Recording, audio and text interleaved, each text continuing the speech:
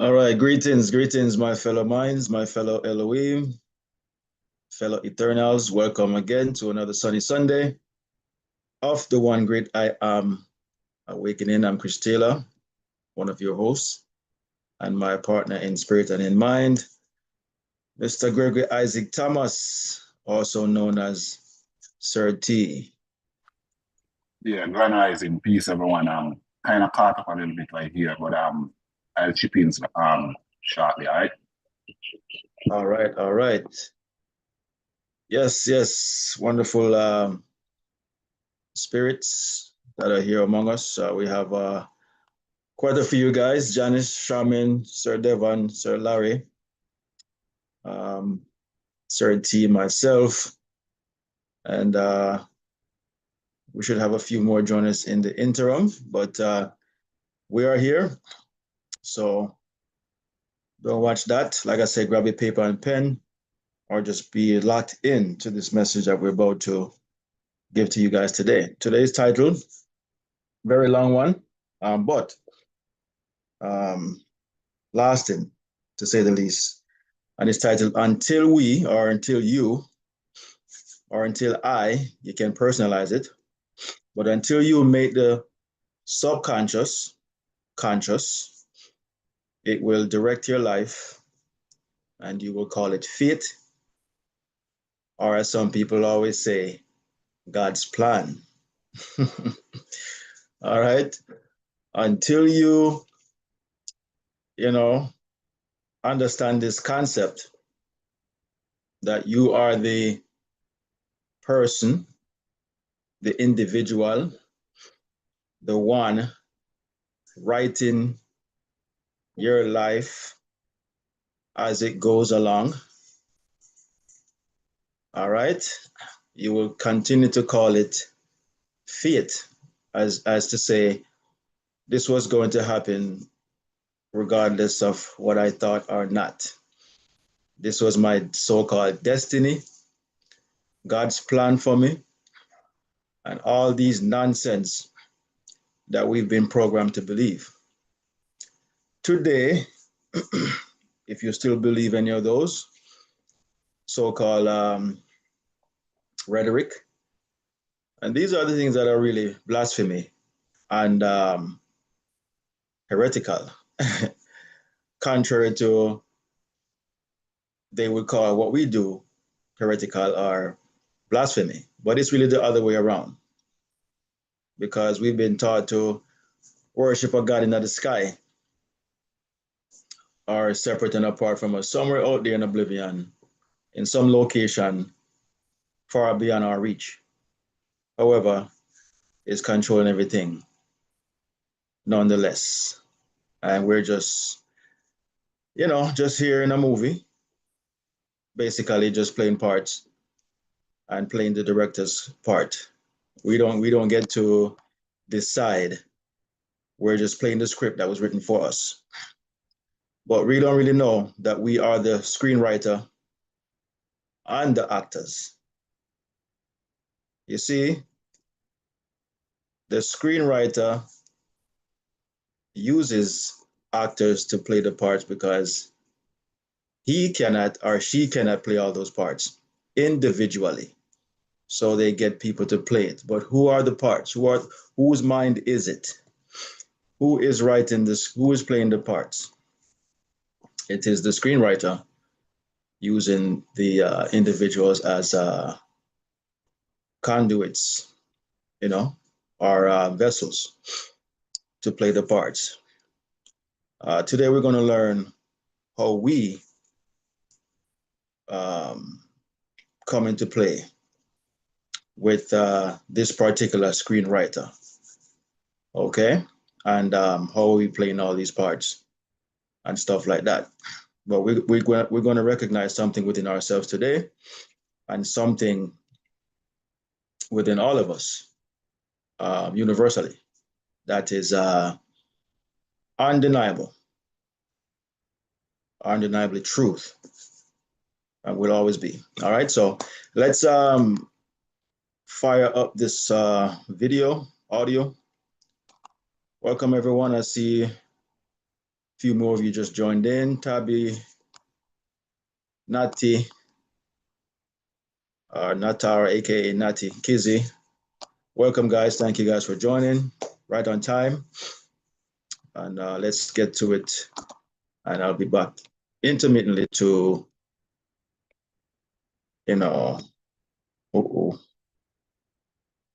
add some clarity to the audio or the video for today. All right.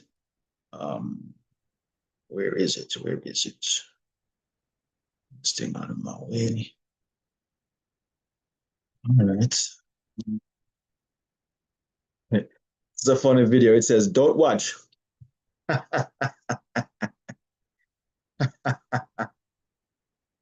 Knowing well, knowing damn well. So if it said don't do something, we're going to do it. So we're going to disobey and we're going to watch what we're not supposed to. And whatever them say for watch, don't watch it. You know? So the opposite is true. All right? Whatever them say watch, don't watch. And whatever them try to hide, that's what you need to look at. All right? So let's go. Everything you think is happening to you is actually happening through you. Jung discovered the one truth that makes every other truth obvious. Your entire life is a projection of your psyche. Every person you meet, every situation you face, every problem you have, it's all you meeting yourself over and over again. Once you really understand this, not intellectually, but in your bones, every other psychological insight becomes unnecessary, because you'll have the master key that unlocks everything. Today I'm going to show you what Jung saw that changed psychology forever. So you hear what they say about that, guys, before it continues, that everyone you meet is you meeting yourself, playing that part. What does that mean? Everyone you meet is playing a part that is resident within you. Everyone, absolutely everyone. Whether you know them or not, whether you see them or not, they're all playing a part that is resident within you. Now, whenever you become aware of this part in you or this archetype within you, as they would call it, this character within you, whether it be by worry, um, um, you know, by desire of some kind, good or bad, you will meet these people that would resonate with the hidden archetype or personification within yourself. That's how you meet people. Just what I'm gonna say, spontaneously or surprisingly, just bump into people for no reason. At least that's what we thought. But that's not the case. Everyone you meet is a identification of what resides within you, something resident within you. And vice versa, they're meeting you too, because that is what is resonating within themselves. But most of the time, we do not know it. Most individuals don't know that. And so we will call it fate or coincidences, bad luck, good luck, right place at the right time, wrong place at the wrong time. We have all these different names for them because we don't understand life. That life is not random. It's playing out just like how the movie is written. The actors are doing exactly what the script says. They cannot go against it because that is what is directing the screen or the play. And so everyone is carrying out exactly what was written. In our case, we have written our life and continues to write our life. not by paper and pen, but by consciousness. Okay? Doing it consciously and unconsciously. Most of the time, 90% of it is unconscious. So we are all authors of our life. And the reason for that is because we are each individual one of us. We think we're individuals, but we are not. We are the one consciousness playing individual parts. So therefore, it doesn't matter what part of the world you are, what part of the country or state or city or neighborhood, doesn't matter what part you are still they call it the collective unconscious or superconscious. You are still the collective playing that individual part. So it all goes back to the whole, the storehouse. Anyways, it's many different buttons operating the same component. All right, something like that. So just keep that in mind as we will continue the tape. But just wanted to stop the tape real quickly just to give some clarity on that. That everyone you see is yourself pushed out, as Neville would remind us. This is from a different source, saying the exact same thing, probably in a different way, but it's the same thing. Certi. Yeah, Sir Chris. Just a question I want to ask. Because the statement you just made, it is something that we have heard it, we've come to know it, but how do you stay conscious of that? That everything and everyone that you see is really yourself pushed out? How do you remain conscious of it so that when someone aggravates you, rather than seeing the person as an other, you immediately, without responding, instinctively, you become aware that this is just a component of myself? What is the practice? What do you do to stay conscious of that? We know it, but how do you stay conscious of it? It's interesting. You just said the word practice. It's practice, Certi. Practice, everyone. It's not something that you just master. It's going to take practice, and that practice is just staying centered. Staying almost try to remain the self. It's going to go into that too, the self. All right, try to remain the self, not the conscious mind, not that self, but the observer.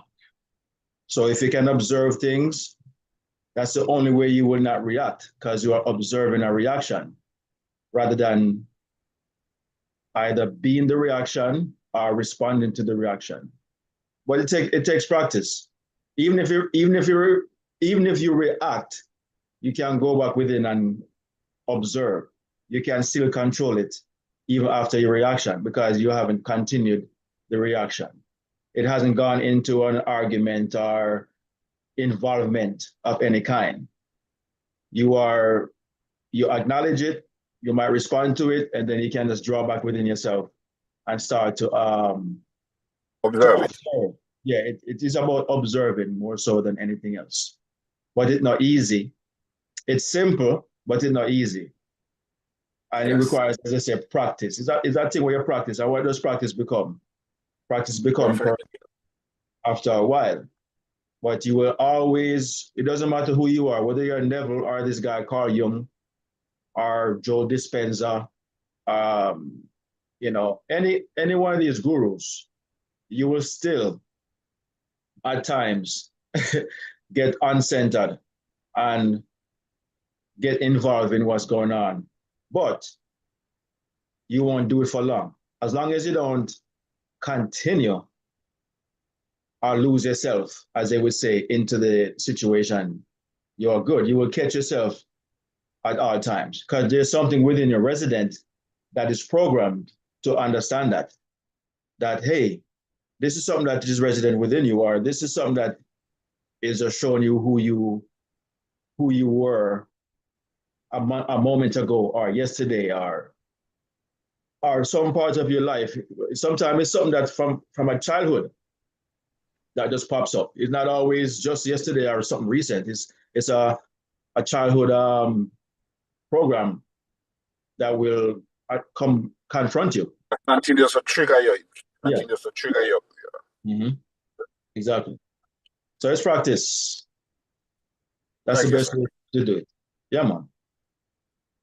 All right. So let's continue with the audio, and we'll be right back.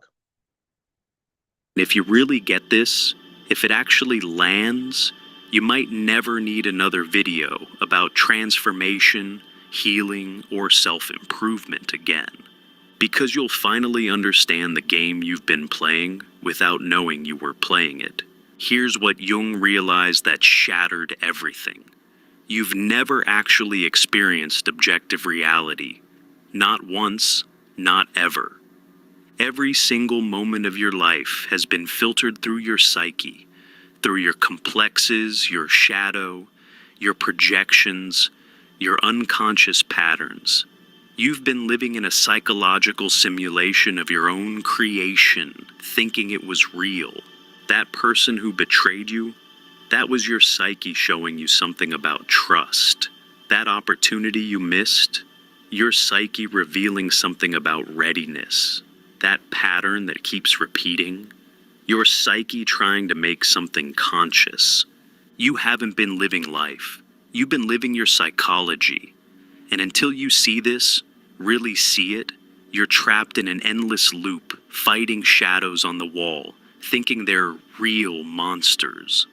Jung called this the projection of the unconscious, but it's bigger than that term suggests. It's the fundamental structure of human experience, and once you understand it, everything changes. Not because your life changes, but because you finally see what your life actually is. Your life is a perfect mirror of your psyche, and you've been attacking the mirror thinking it was the problem. Jung discovered that everything, literally everything you experience, is a reflection of your internal state, but not in some mystical law of attraction way, in a precise psychological way that's actually mappable. Here's All right, guys. So really want you guys to catch all these things here. So Neville said, what Neville term say? Leave the mirror and change your face. Leave the world alone and change your consciousness, or change what you're thinking. In other words, using the mirror example, leave the mirror alone and change your face. What is it saying there? That whatever you see reflecting is not real. So don't mess with the mirror, because the mirror is not real. It's what's projecting into the mirror that is real. In this case, your physical self is projecting into the mirror. So you have to change the projector. You change the projector and the projection changes. What is it changing the projector? The projector, changing the mind, changing the state of mind that you're having currently. So you put on a clothes, you put on a shirt, or a dress, a blouse, a hat, and it don't look right. Changing the mirror, getting a new mirror and putting it, or going stand in a different mirror, is not going to change the projection. It's going to still be the same. Breaking the mirror, even worse. It's going to look distorted, meaning that you've only worsened the situation, trying to fix the outside. Okay? So you cannot fix the outside. You cannot fix what you're seeing. You can only fix who is projecting. Okay? And that is yourself. The self is projecting what you are conscious of being. Okay? So whatever you're conscious of being, whatever that may be, sometimes it's a feeling. It's going to project something that is that relates or correlates to that feeling. it won't be an exact situation, but something that will create the feeling in a sense. Like some people will say, you know, why did I have this car accident? I wasn't thinking about no car accident. You probably were not. However, there was a particular feeling or fear that you had, and maybe you were worried about losing money, or just got some money and didn't want to lose the money, or didn't want to spend the money. But no, you have the accident, so now you have to pay spend the money. So something is going to correlate to the fear or worry or feeling that you were having. All right, and so these are the things that transpired, and you will not be able to relate to it because you're saying I was not thinking about any such thing. My mind was far from that. But you see, consciousness does not care what your mind was far from. Your consciousness is working by your emotional state, your feelings, and or what you repeatedly say or think within yourself. And so that's how that will come to be right there. You will encounter, and the person that you entangle with has something similar going on with them. You guys are tuned into the same frequency, the same station, so to speak. Okay, you tune into the same frequency, and you make the connection, though you know, albeit unfortunate in that state. But what is the video trying to tell you here is to say whenever these things happen, is to recognize, regardless regardless if you know what state of mind you were in relation to what happened. If it doesn't match up, don't worry about that.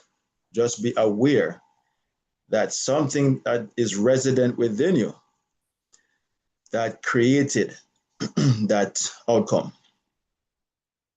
We only recognize, and we're only excited about the good outcomes. You know, you meet somebody that is talking about, you know, an idea that you were thinking about, or you meet somebody that is, you know, talking about they would like to go into business with you, and you know, something nice and whatever.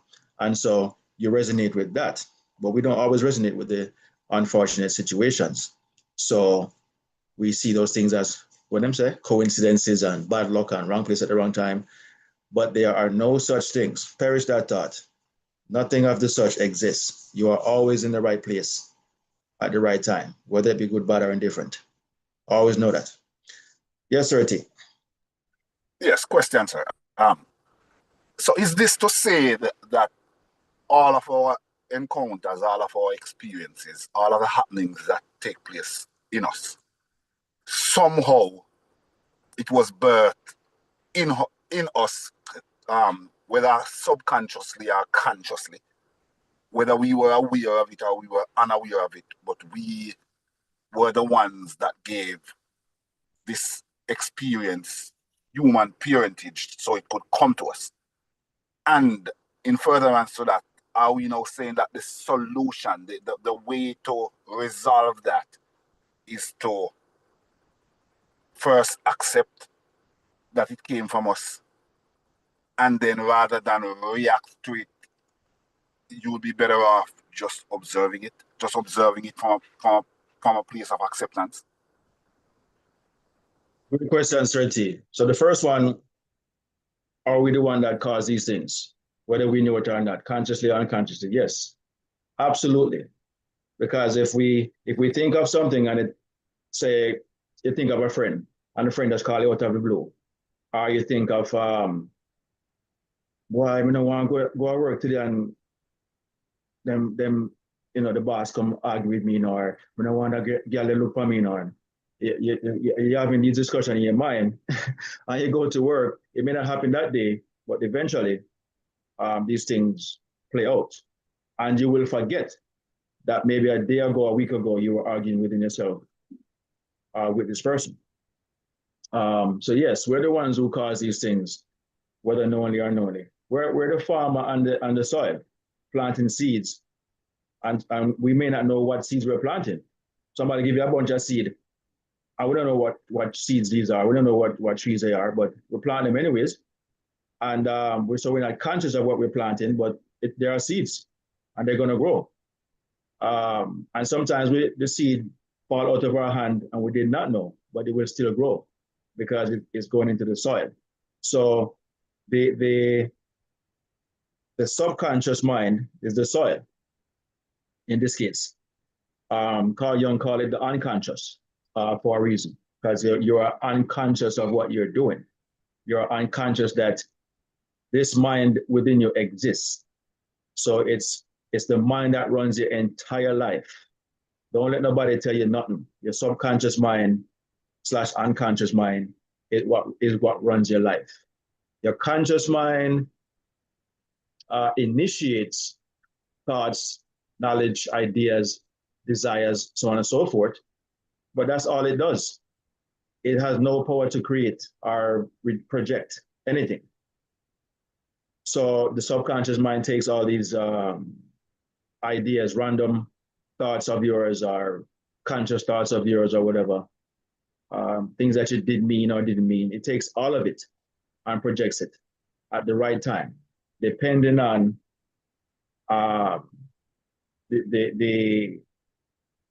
your thought process leading up to these incidences or whatever. You're still emitting these feelings. Every now and then they come and go, and so your subconscious would be always listening, looking out, because the subconscious or unconscious does not know that these are good or bad. To your subconscious, nothing is good or bad. Everything just is. It has no sense of humor whatsoever. It doesn't know if you're joking or if you're serious. It just accepts everything as is, especially if you do it with feeling. Okay? So you have to be aware of that these things are you planting them within your own subconscious mind, and they will play out regardless of your knowledge, if they're something that you created or not. Okay, so you have to be very, very aware of that. Your second question, Serti, what was it again? Well, the second part of the question I was saying, is it a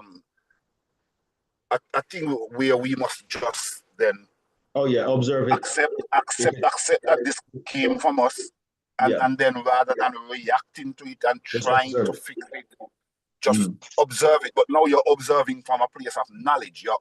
It's like you're observing this child, knowing that this is my child, rather than you're just observing this strange child and wondering what is that a pathway to take, Yes, it's is that the first step? Yes, it's like it's a couple of things playing out at the same time. It's acknowledging and also detaching. What does that mean? You observe what's going on, that it is a projection of your psyche. It's something resident within you. It's an archetype or a personification that you are projecting, and but you detach from it to not identify yourself as it. You are not what you're projecting. You are not the experience. You are the one projecting the experience. You're having the experience, but you are not the experience. You are the observer.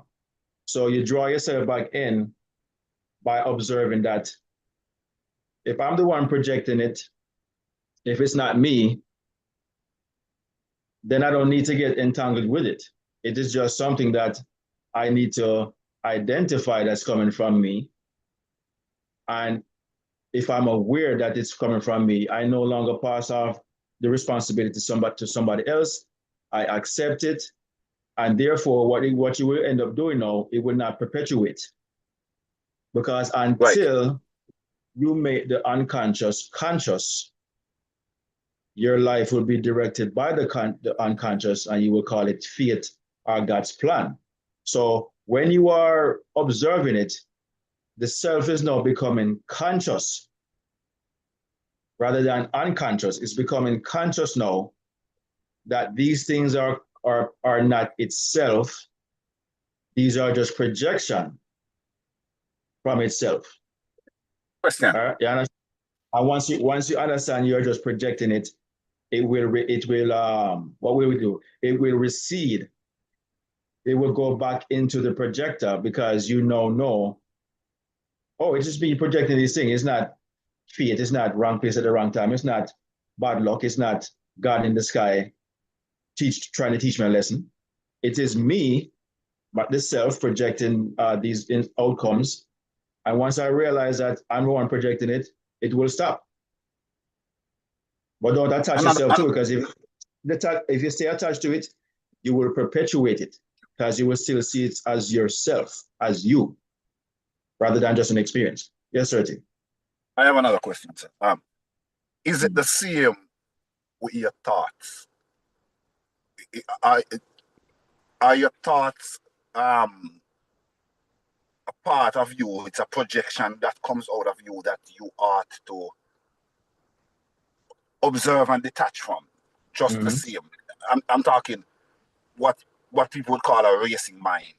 Because when your mind is racing, those are thoughts running through your mind, but the thoughts are not you. So are these things that we observe it without claiming it, without attaching yourself to it? So when the thoughts are racing, you're racing with it. I mean, explain it. Yes, observation is meditation. And so you can meditate in the silence and you will observe, natural thoughts and whatever, all these different things. But in real life experience, like I say, if your mind is racing, yes, observing it detaches you from it. Because once you become the observer, you are initiating two different things. You are seeing what's going on, and you are detached from it. You are watching the movie, but you're not in the movie. You understand? You observe the movie, and you're not in the movie. We are watching a movie, we observe it, and we know we're not it. We know we're not the characters playing the movie. We know we're not in the movie. We're just watching the movie, observing it, everything that's going on. And we never get, we have the emotions and whatnot, but we never leave the movie thinking that stuff was real. You understand? We know it's just a movie. Again, so observing your racing thoughts then would be like you getting out of the racing vehicle, getting out of the car is racing, so you're not in the racing with it, and stay on the outside. You detach yourself from the racing car and you stay on the outside observing the car race down the road. Yes, exactly. Exactly. Because you have that ability to observe everything and the ability to be the one observed. Okay? So you can become the observed and the observer. The observer is the one involved in the acting or the action or the experience. You're the observed. You're involved in it. And then you can detach yourself psychologically and observe what's going on. And this is how you stop recreating or the cycle of things that are so-called, bad experiences, because you have started to observe it. The reason why these things perpetuate is because we always see ourselves as these things. We say, I'm always, getting involved with these things, and these things are always happening to me. And anything you attach to, as we say, I am, it must perpetuate. You're recreating it. Yes, because you're saying that these things always happen to me. When you say me, you're still saying I am. A lot of people don't know that. Me and I am are the same thing. That is self-identification. A scripture tells you, do not serve any other God but me. Me. All right. Yeah. Okay. It's still the same thing in another variation of the word, the phrase "I am." So you you should not attach anything to you, the observer, that you do not want to perpetuate. Once you start to observe something that is not a good feeling or a good experience or whatever, that is when you should really become the observer and and just watch this thing from an observation point of view. Because once you're tied up in it, being the experience, it plays with your emotions. You're going to get emotional about it, and it's going to continue playing out because you're saying to yourself, I want to observe this again. You're garnering what this experience is creating emotionally, and you perpetuate it. So, Chris, Yeah. how do you detach your emotions though while you're observing? Mm-hmm. While you're observing this thing play out, how do you detach your emotions from it? How do you how do I say this? Like watching a movie, eh? Can you get emotional about watching a movie, right? Yes, like Mm-hmm. exactly. Like you're watching a movie and you get emotional. So when you're Mm-hmm. watching your own creations, because that's what it is, play out, Yeah. it has come upon you. You created this sometime in the past, now it has come upon you, and you realize, you spring into awareness immediately, and you realize, okay, so I created this, and I'm observing it play out. Yeah. How do you separate your emotions from it? You have to first tell Do you yourself, constantly remind yourself that it's not real? What? you just said the word, you tell yourself, this is not real. It's not real. It's not you. This is not who you are. This is just, as we would say, who you were being, and it's now playing out. So that is the easiest way to not attach yourself to it or not get emotional, because remember, what you're seeing now is who you were being. It was a previous feeling, emotions, state of being or whatever, and it's now playing out. So, and we did that the other day on one of our class, that what you're seeing now is not who you are now, it's who you were. So that is another way to detach, because if you attach yourself to it, you're being it again right now, and it's going to play out again. So just to be conscious, as I said, making the unconscious conscious. That is the goal. What does conscious means? To be aware, to see things as they are, to see things as they really are, not what you thought they were, but as they really are. And what you're seeing is a replay The of who you delayed were. is a delayed version. Is a delayed broadcast. Is a delayed version. So it would be like you watch. It would be like you watching the news right now, and it's telling you Mm-hmm. that COVID-19 just killed 4,000 people. You wouldn't start panicking about it because you know it happened already. It happened already. Okay. So you go into that conscious observation mode to realize that, oh, this is old news. And to be conscious now, to not repeat it by getting emotionally attached to it, by simply being the observer to it. The observation point of view is very powerful, it's the most powerful view to have of anything, because you do not perpetuate anything that you observe. You only perpetuate it when you get involved while you're observing it. I get more involved than even observing what's going on, because your emotions is what it feeds off of. It feeds off of your emotions. All these things that's going on feeds off of the collective emotions of everyone.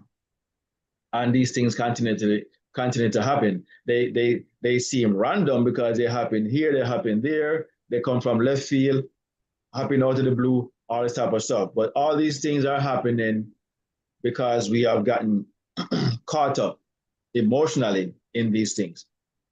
It is virtually impossible for everyone to just observe because 90% or more of us do not know who we are. We're all just being human for the most part. And being human is being emotional, being the self, being the all that there is, being the super conscious, is from the observation point of view when you start to observe. Okay, but from a conscious mind, the conscious mind cannot observe like the super conscious because the conscious mind is emotional. It gets involved with everything. It's the one it's the part of you that experiences or feels what's going on and, get involved with it. You're being the thing as when you're conscious. Okay. But when you're observing it, you're not being it. You're just observing what you were being. You're pretty much observing the conscious mind. You're observing the mind. I have another question about your emotions.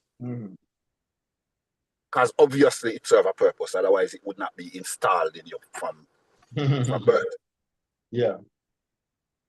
Is the purpose of the emotion simply to be an alarm, to be an alarm to make you become aware? For example, fear is an emotion.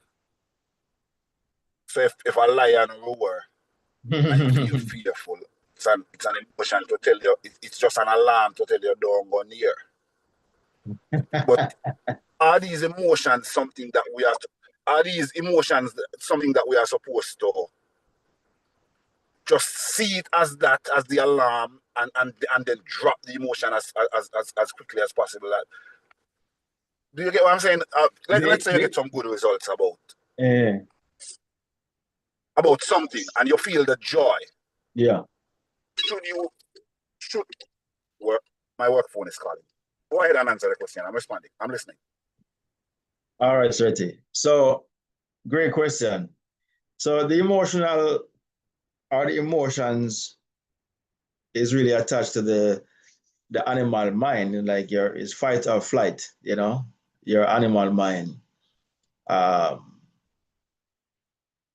great question you said there about, hearing a lion and being afraid. And the lion, roar or whatever. So you are aware that this is danger and that particular fear, which would alert you to be cautious of a lion, kicks in. So yes, we have all these things within us to help us to navigate. So the emotions are really navigational tools that we need to have. And it is for human experience. Your emotions are for the human experience, to have a conscious experience. Without the emotions, you cannot have any conscious experience, okay, about anything. So you have all these things within you for a reason. The issue is having the emotions control you versus you controlling your emotions. Your emotions are like your children, they're like kids. All right. And you have to be the parent, not the other way around, where the kids control you as the parent. And that happens a lot in society. All right. Especially today's society.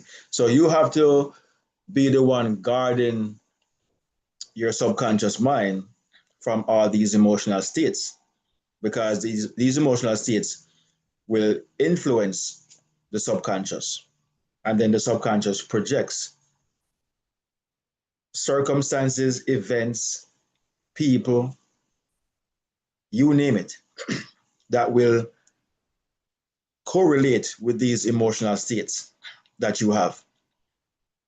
If you have just developed fear for no reason, fear of the economy or fear of, the neighborhood, fear someone break into your house or all type of foolishness. You just start garnering these things. Or you just become conscious of these things at all times. You are programming your subconscious mind. Okay? And the subconscious will, at some point, create an outcome that will give you the feeling of despair, the feeling of loss. In this case, you fear losing something or whatever. You will experience something like that because you are not guarding your subconscious mind. The story of Jesus walking around with the 12 disciples is the subconscious mind and the conscious mind that are always together. They're husband and wives. All right? The conscious is the male, subconscious is the female. And the subconscious listens. This is why Simon was the first disciple that was disciplined, because Simon means to hear or hearing. And so when he's programmed now, or disciplined rather, to guard his mind from hearing foolishness, he gets the name or the surname Peter. Surname just means to second nature. The next nature now is control, is awareness, is knowing, what you don't want and what you want. So Peter means the rock, to be the unmovable one. So nothing can get past this rock unless it's what you condition your mind to accept. So you condition your mind to accept, hearing only the things you desire. And if it's not what you desire, you block it out. If it gets past Peter, there's another Simon of Canaan. So that's two ears. Simon Peter, Simon of Canaan. And Simon of Canaan means, can only hear good news. So if it gets past Peter and the news is not good, the other one rejects it. So this is not good news. Can't stay here. So Simon Peter can only blocks out anything that can get to its master, the subconscious mind. If Simon get careless and get emotional and forgot to guard the gate, and that information gets passed to his mind, to the subconscious mind, he will then catch himself and say, "Oh snap! I got emotional about that state. I can't allow that." That's when Simon of Canaan is initiated now and rejects what Simon had unconsciously allowed to get past his gate, because he got lost into the emotional state and whatnot. But you catch yourself and start to observe it now. I say, wait a minute, this is not what I desire to hear, and you reject it. You reject it by becoming detached from it. You realize that, oh, this is not me. This is not who I am, or who I'm being, and you just reject it like that. So, so these things were demonstrated in the book about Simon of Canaan, and Jesus, the guy that represents your subconscious mind. All right. So those are great questions, Sir T. Great, inquiry to help get us on a good start here with this topic this morning, which is until you make the subconscious conscious, it will continue to direct your life, and you will call it fate or God's plans. Okay, or God's plans for you. And there isn't such thing as God's plan. Your plan is God's plan. But your planning most of the time is unconscious, meaning you're not really paying attention, but you're just doing it anyways. But we're telling you today to become conscious of it by making the subconscious conscious. So we're going to get more into that. Let's continue with the tape. Be right back. How it works. Your unconscious is constantly projecting itself onto the world. Every unintegrated part of your psyche gets projected outward and appears to come at you from outside. Your shadow shows up as the people who trigger you. Your anima or animus shows up as who you're attracted to. Your complexes show up as your recurring problems. You're not experiencing life. You're experiencing your own unconscious, externalized. Think about someone who really bothers you, not someone who's actually harmful, just someone whose personality makes you irrationally angry. That's not them you're seeing. That's your own rejected aspect. You hate in them what you've disowned in yourself. Now think about someone you're obsessed with, can't stop thinking about. That's not them either. That's your own unlived potential, your inner feminine or masculine, projected onto them like they're a movie screen. Every single experience is this. Jung proved this with thousands of patients. The woman who kept attracting narcissists, she was projecting her own disowned self-importance. The man who kept getting betrayed, he was projecting his own capacity for betrayal that he couldn't face. The person surrounded by chaos, they were projecting their own inner disorder. But here's where it gets profound. Once you see that it's all projection, you stop fighting the mirror. Think about how insane it would be to punch a mirror because you don't like your reflection. That's exactly what you've been doing your entire life. Fighting with people who are just showing you yourself. Resisting situations that are just revealing your psyche. Running from experiences that are just your unconscious becoming conscious. Jung had a patient who complained that everyone in her life was controlling. Every relationship, every job, every situation. Someone was always trying to control her. She spent years fighting these controlling people, leaving relationships, quitting jobs, moving cities. Then Jung helped her see the control wasn't out there. She was projecting her own disowned need for control. She was so terrified of her own controlling nature that she projected it onto everyone else and then fought it externally. The moment she saw this, everything shifted. Not because the world changed, but because she stopped fighting her own projection. She took back the projection, owned her own controlling nature, and suddenly, the controlling people either disappeared from her life or stopped seeming controlling. This is the first key insight. Your life problems are projection problems. You're not struggling with reality. You're struggling with your own unconscious material that appears as reality. Every difficult person is a difficult part of you.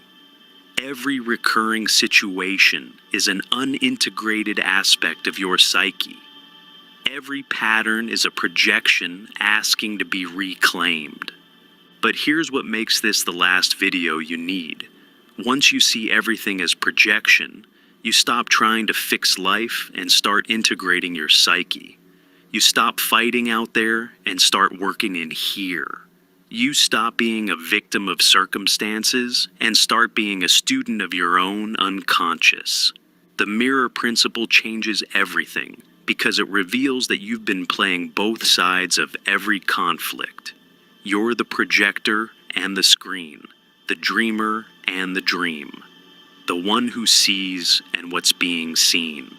You're not living a life. You're creating a life unconsciously, moment by moment, and then forgetting you created it. Jung discovered something that sounds like science fiction, but is psychological fact. Your unconscious is constantly creating your reality through projection, and then your ego experiences that reality as if it's happening to you. It's like being a filmmaker who makes a movie, develops amnesia, watches their own movie, and thinks it's real life. Here's the mechanism. Your psyche has certain patterns, complexes, unfinished business. These create what Jung called archetypal situations, basic templates of human experience, and your unconscious keeps creating these situations in your life until you recognize them as your own creation. The abandonment complex creates abandonment situations. The authority complex creates authority conflicts. The unworthiness complex creates experiences of rejection, not once, but repeatedly, like a broken record, until you finally hear the pattern. You're not unlucky. You're not cursed. You're unconsciously creative. Jung saw this with every patient. A man who complained about being unseen by others couldn't see that he was invisible to himself. A woman who felt constantly judged was running a 24/7 internal court where she was judge, jury, and defendant. A person who felt life was meaningless had never asked what meaning meant to them. They were creating their reality from their unconscious assumptions, then experiencing that reality as objective fact. But here's the mind-blowing part. You're doing this right now, this moment. The way you're receiving these words, the resistance or recognition you're feeling, the thoughts arising in response, it's all your psyche creating your experience of this video. Two people can watch the same video and have completely different experiences. One sees liberation, another sees nonsense. Same video, different psyches, different realities. Jung called this psychic reality. The fact that psychological reality is more real to us than physical reality. You don't live in the world, you live in your perception of the world. And that perception is created by your unconscious projections. This is why positive thinking doesn't work. You can't consciously think your way out of unconscious patterns. It's like trying to change a movie by yelling at the screen. The projection is coming from deeper than thought. But when you realize you're the projectionist, when you see that you're creating what you're experiencing, everything changes. Not because you can suddenly control everything, but because you finally understand what's actually happening. You stop asking, why is this happening to me? And start asking, what part of my psyche is creating this? You stop being the victim of your movie and start being curious about why you're playing this particular film. Jung lived this way. When something difficult happened, he wouldn't just react. He'd ask, what is my unconscious showing me through this situation? When someone triggered him, he'd wonder, what part of me is this person representing? He treated his entire life as a communication from his unconscious to his conscious mind. And that's exactly what it was. Every problem you've ever had is the same problem, unconsciousness. Jung's most radical insight was that there's really only one problem in human life: unconscious material running your life from the shadows. Every other problem is just a symptom of this one problem. Depression, that's unconscious grief or anger turned inward. Anxiety, unconscious material trying to become conscious. Addiction, unconscious needs seeking fulfillment through unconscious means. Relationship problems, unconscious projections dancing with other unconscious projections. It's all the same problem wearing different masks. Think about your biggest current problem. Now realize that problem is not the problem. The problem is the unconscious pattern creating that problem. And that pattern will keep creating variations of that problem until you make it conscious. Jung had a patient who went through 5 marriages, all ending the same way. She thought she had bad luck with men. Jung showed her she had one unconscious pattern playing out 5 times. She wasn't meeting 5 different men. She was meeting her own unconscious pattern 5 times, dressed as different people. Once she saw the pattern, once she made it conscious, she didn't need a 6th marriage to learn the lesson. The pattern was complete. The unconscious material had become conscious. This is why Jung said, "Until you make the unconscious conscious, it will direct your life and you will call it fate. Every fate." Right. Let that run for a little bit so we can get closer to finishing the tape. It's now 11:11. Nice, nice. So this statement right here is our topic today. Our lesson of discussion. Until you make the unconscious conscious, it will direct your life and you will call it fate, or as some people say, God's plans. I always hear people say that God's plans. And I'm like, what kind of plan could God have? You know, based on how we've personified God, you know, and saying that God has this all-knowing nature, you don't need to have any plans, you know, because you already know everything. So this idea of God's plans, it has to go back to it. You have to redirect it because we're always the ones who have plans. But most of the plans that we have are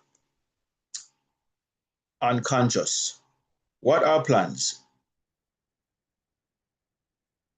Exactly. Because the plans can be consciously done or unconsciously done. You are always planning. To plan means to plant. Isn't that how they spell plant? P-L-A-N-T. You're planting something within your consciousness. Most of the time it's unknowingly. So you're always planning. What them say, if you fail to plan, you're planning to fail. You're still planning. If you fail to plan properly, then you're planning to fail. So that's what it's telling you. So there's no such thing as God's plan. At least not no God out there in the sky separate and apart from you. Because remember, you are God. All of us is God. Okay? And God is individuated into the many that we see, and we're given our subconscious or the unconscious patterns from our conscious perspective, from the lens that we're looking out into the world with, and from how we hear and how we feel. You know, all of our five senses activated is programming our subconscious to project what we have programmed it to project. So in other words, we first consciously, we first use the conscious mind, but not always consciously. Let's repeat that. We are always using our conscious mind, but interestingly and ironically, we are not always conscious of what we're using it to do. Okay? But it does not matter to the subconscious mind if the conscious mind is knowingly doing something or unknowingly doing it. It's like a camera. The camera, the lens, okay, and the camera are one. The lens is the conscious part of the camera that is seeing everything in front of it. And wherever you direct the camera, it picks it up. Whether you meant to direct it over here or there, that's debatable. That is, you consciously did it, or you weren't even paying attention to where you were putting it. Okay? You are consciously looking over there, observing what's going on. Or you just put the camera over there and don't even pay attention to what's going on. You're not conscious of what's there. But the camera is still pointing over there. Now in the background, everything that the camera points at is being recorded. Now the recorded part is the subconscious that is storing that information. And whether you intended to show that to the camera or not, it's going to record it nonetheless, whether you intended to or not. Okay? And so using that example, this is exactly how we operate. Okay? The conscious mind is the lens, so to speak, that is paying attention to something on purpose. And sometimes we're not even on purpose with it. We're just gazing, not realizing that even though we're just gazing at this thing, we're not involved. We're watching TV, we're watching the news, we're just gazing at these things. We're not really,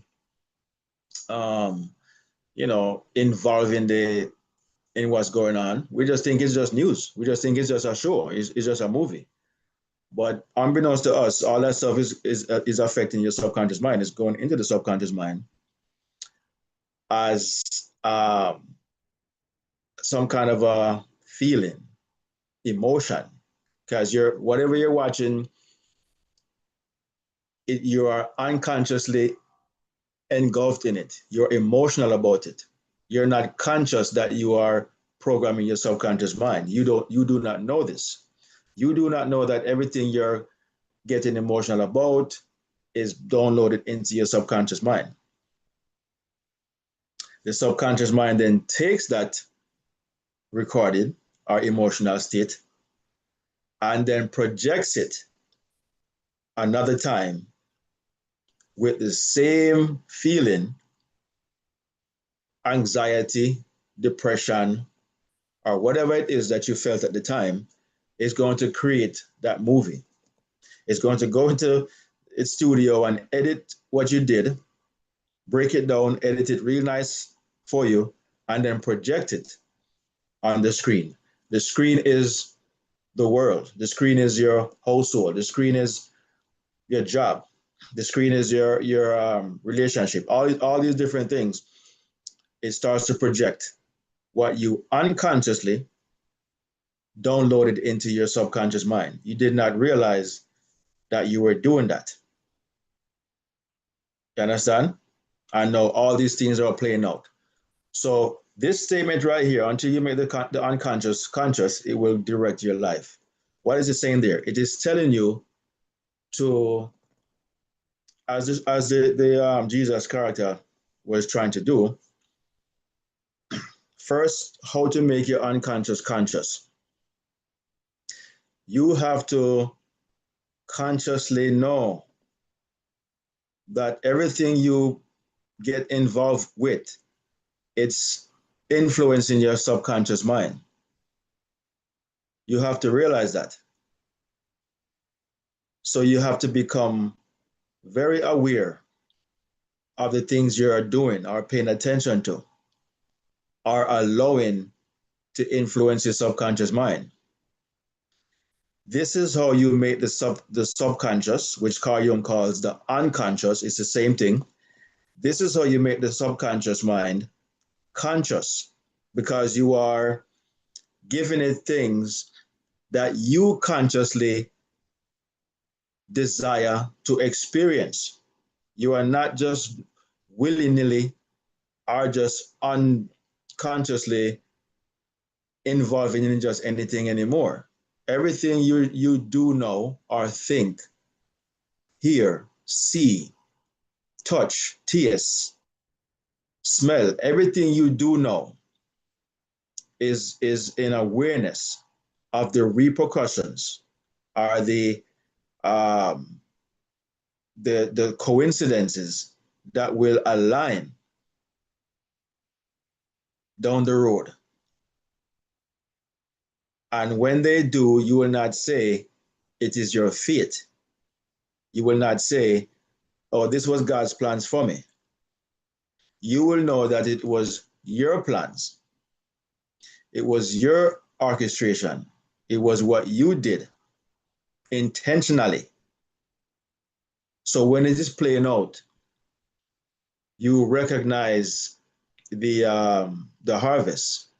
No, another meaning behind making the unconscious conscious is that when something is playing out that you did not desire to experience or did not, um, don't remember even thinking on that level of frequency and whatnot, you are still going to recognize it, that this is something that is trying to tell you something within yourself. Okay? This is trying to show me something. It's trying to show me that I have this archetype, I have this energy, I have this vibration, this feeling, this frequency resident within me. And all I'm doing is I'm encountering it through other means, through people, events, circumstances, situations, coincidences, if you want to call it that. They're telling you something. So this is another way where it means to make the subconscious or the unconscious conscious. It means to realize that these things are within you. Whatever it is you're experiencing is not from without, it's from within. As within, as without. That's what that means. Nothing is without unless it was within. It must first be within before it can be without. So nothing is by accident. So whatever it is, as you experience it, you become aware. That's another word for being conscious. Making the unconscious aware that this is telling me what I'm observing, what I'm experiencing is resident within me. Okay? And I cannot blame anybody but my own consciousness that programmed this experience within my consciousness. And now I'm just experiencing it. Now I'm just running into the individuals that is playing their part through me. Life is not happening to you, life is happening through you. So everything is a projection. Picture a projector. A projector can only project the film that's running inside of the projection, the projector. Okay? Nothing on the outside can project to the projector. It has to be coming from inside.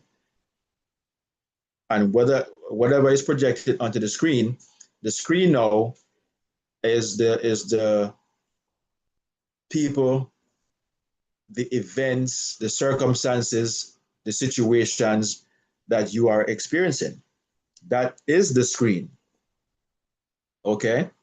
With all these people, all these things going on within your life, you're encountering it now. You're seeing it happening right in front of your eyes, and you're involved in it. What we're asking now, just like in a movie, even though in so-called real life, the projection is interactive, you're actually in it, okay? You're involved with these situations. What we're saying is, just like in a movie, watching the screen, become the observer. Observe what is going on. When you observe, you can no longer get emotional. You're going into a meditative state where you're watching the play transpire, and you take your emotions out of it because you know it is not a real movie. It is not real life. It's a movie. Like when I'm watching, that's why I'm gonna watch scary movie, because I know it's not real. So I can't even get scared or get caught up into it, because I already know what's the intention here. It's to make something unreal look like it's real. And so I don't watch it because I'm not going to get any arousal from it in terms of being scared or whatnot, you know? So what is that saying? I have conditioned my mind or my subconscious to become conscious that this thing is not real. So therefore, don't even get emotionally involved in it, which will recreate that same thing again. So like in a movie, how you can have that control, we're saying to transfer that same type of control now to so-called real life events and circumstances. And just know that even though they're so-called real people, people they're tangible, you can see them, you can hear them, all these different things. Know within yourself that it is still not real. It is just an experience. You are not the experience. You are not the event. You are not the circumstances and whatnot. You are just projecting them. They are just playing out. And they're only playing out because you, either consciously or unconsciously, wrote these scripts. These are not written for you by somebody else or something else, some God in the sky. It is you who wrote it, primarily unconsciously wrote it, because you did not pay attention to what you were perceiving or realize that what you perceive, what you think, what you imagine, they are not vain imagination. They are still going into your subconscious mind. That's why the scripture tells you, do not take the Lord's name in vain. The word name means nature. Do not take something, a feeling or a desire of some kind. Do not have those type of emotional connection and attach it to your consciousness, to your awareness, because it will not hold you guiltless. It will play out these things into your world, because whatever you attach to your consciousness or to your awareness, it takes it at face value and plays it out, because to it, everything is. Nothing is an accident. Nothing is what I'm say coincidental. Nothing is a joke. Everything to it is what you desire, whether it be good or bad. And it's like that by design. It has to be neutral. It has to be impartial. It cannot select what it wants to select versus what the conscious mind selected. Because if that were the case, then it would take over. You would not be able to desire anything and get it. It would be dependent upon how this subconscious mind feels or how it likes you and all this different type of stuff. So it has to be the impartial conscious part of your consciousness. It has to be impartial. It can only produce. It cannot. It can only produce what you put in it. It cannot produce of itself. Just like a woman cannot impregnate herself. Okay, she needs a male to do it. It's the same thing with the subconscious mind. It cannot choose even the sex of the child, meaning it cannot choose the desire. The desire is chosen by the conscious mind. The subconscious mind only produces it and then projects it out into the world. So what we're asking you guys to just do is to realize that especially if something always happening to you. It's a pattern now.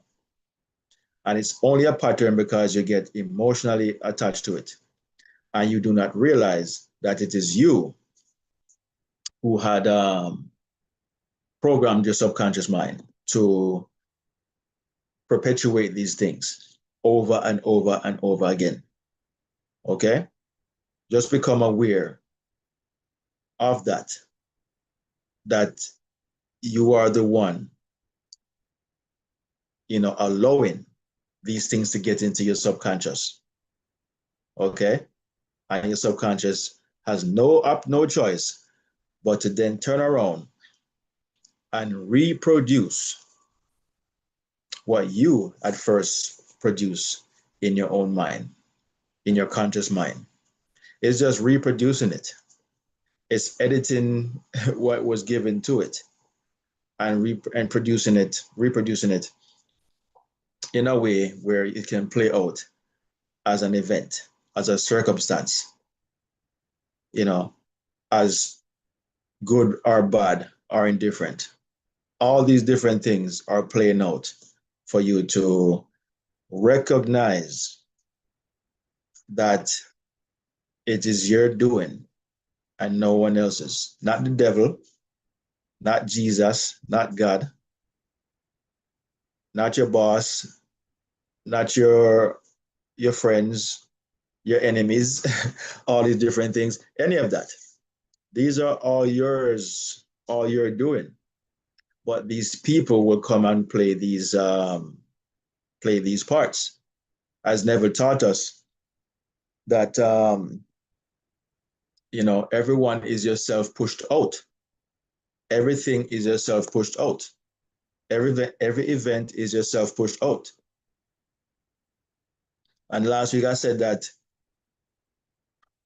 how is that true? Because all of us identify ourselves as I. I mean, they spell the word identify with an I, for crying out loud. That tells you. Okay? All of us address ourselves as I. So how could so many people identify ourselves as I if it's not one? It's only one. They ever tell you there's only one man in the world, one being that is fragmented as the many, playing these many different parts, playing John, playing Sir T, playing Chris, playing Michelle, Rachel,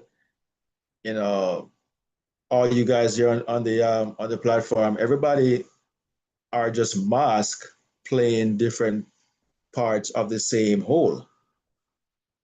So I want you guys to really, really recognize that. Go ahead, Sir T. Yes, sir, Chris. So is that, see, that's why the Rasta man refer to everybody as I. He say I and I. The Rasta man not see nobody as you, as he doesn't see anybody as being different from himself.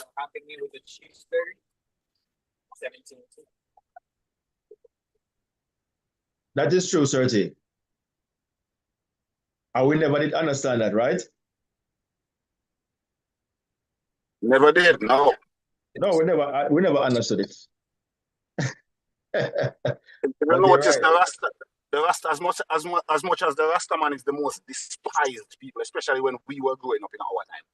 Nobody was hated and despised like the Rasta man, but yet still nobody exhibit love like Rasta man, because him see everybody as I, him see everybody as himself. So even the man where hate him love the man the same way because is the I. Where the I deal with. So the Rasta man talk to you. If not ask you what you are deal with. Yes. That's true. It's like, what the I deal with. You're right. That's right, Sir T. That is so right. He's never said what you deal with, sir. What the I deal with. So all these times we were being told, that we are all this one being playing many different parts. As I said earlier about the movies, it's one screenwriter, but he has to have many people play the different parts. But all those ideas and personalities came from his or her mind. So that one screenwriter is still everybody you see in the movie. It's still Denzel, it's still Will Smith, it's still J-Lo, it's still, all these different characters, playing all these different parts. It's still that screenwriter's mind that we're watching on screen. We think we're watching multiple people, but we're not. We're watching one individual. All right? Mind playing out from the beginning to the end of the movie. That's what we're watching. And it's the same thing in relation to us now. We think that the all of us that we see, the many of us that we see, we think that we are, different, are individuals. We don't know that it is the one mind, the one consciousness that is fragmented as the many. This is why in scripture, Jesus said, I am in my Father, and my Father is in me. Jesus represents the subconscious, which is the fragmented superconscious. All the subconscious is a fragment of the whole, but it's still the whole. It's the fragment with the whole within it, meaning that it has complete autonomy and access to the whole. It's not separated. It's like this is your entire body, and if something smashes your finger, don't you still feel it? Mm?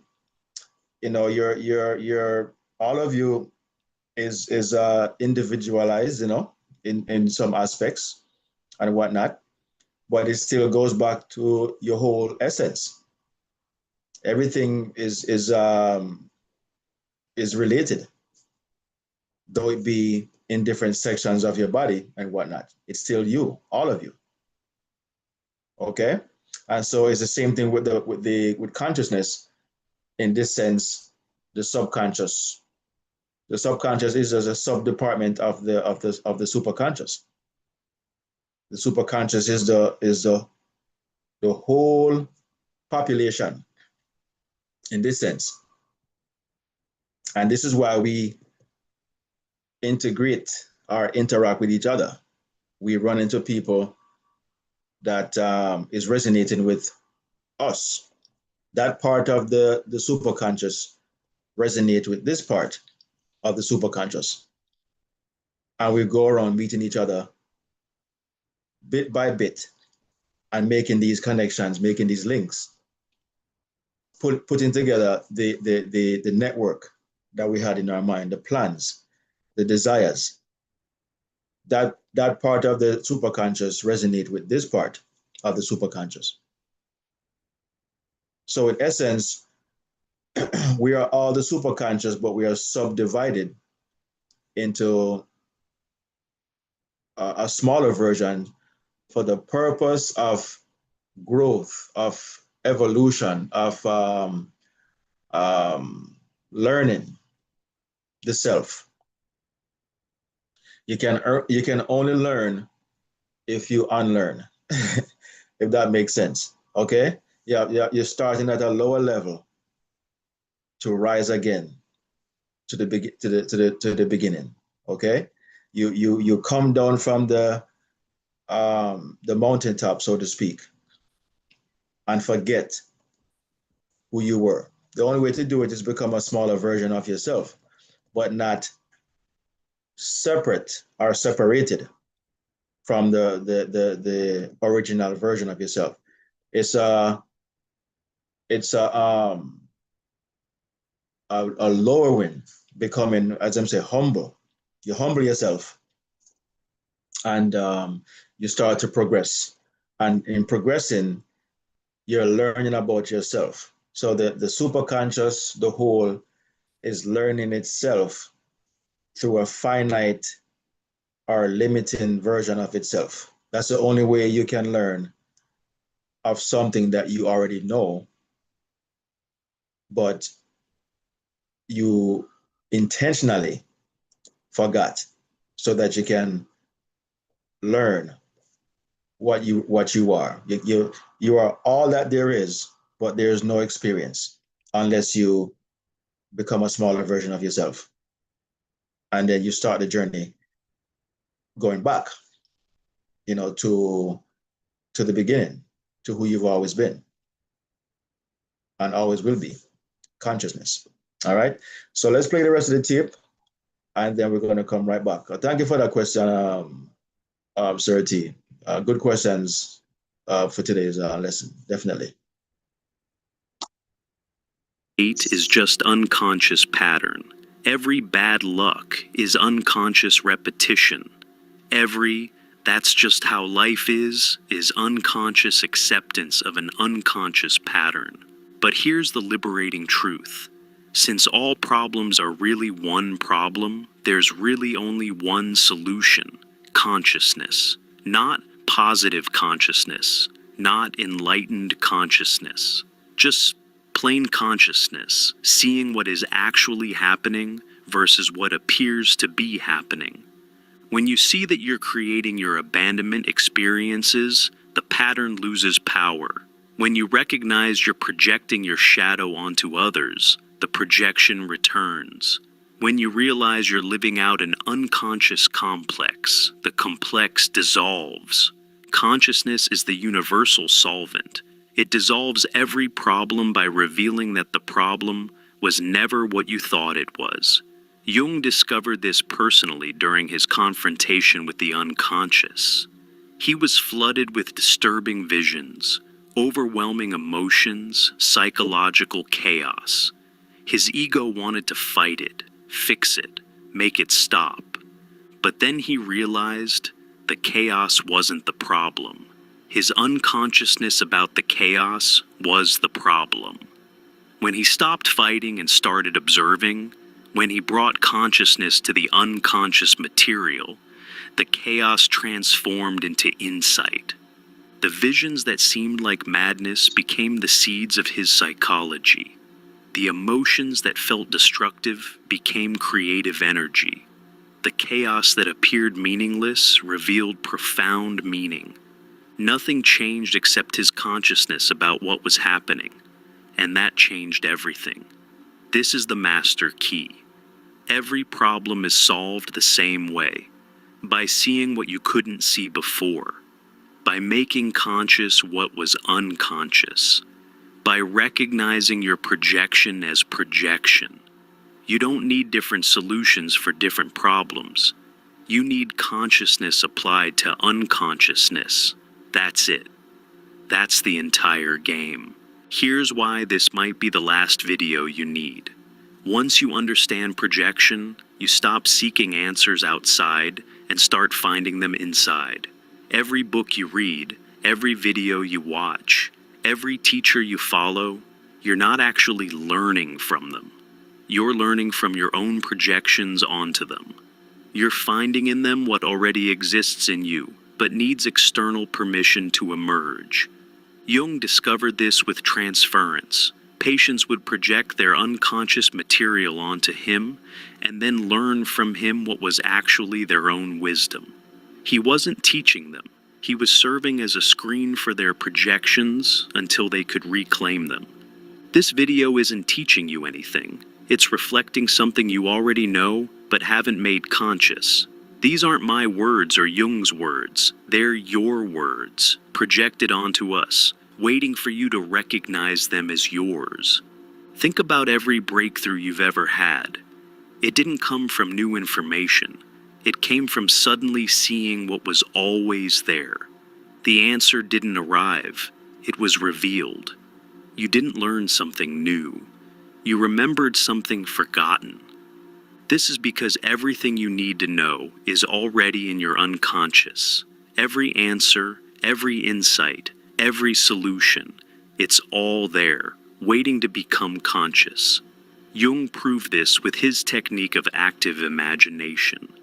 He would have patients dialogue with their unconscious, and profound wisdom would emerge.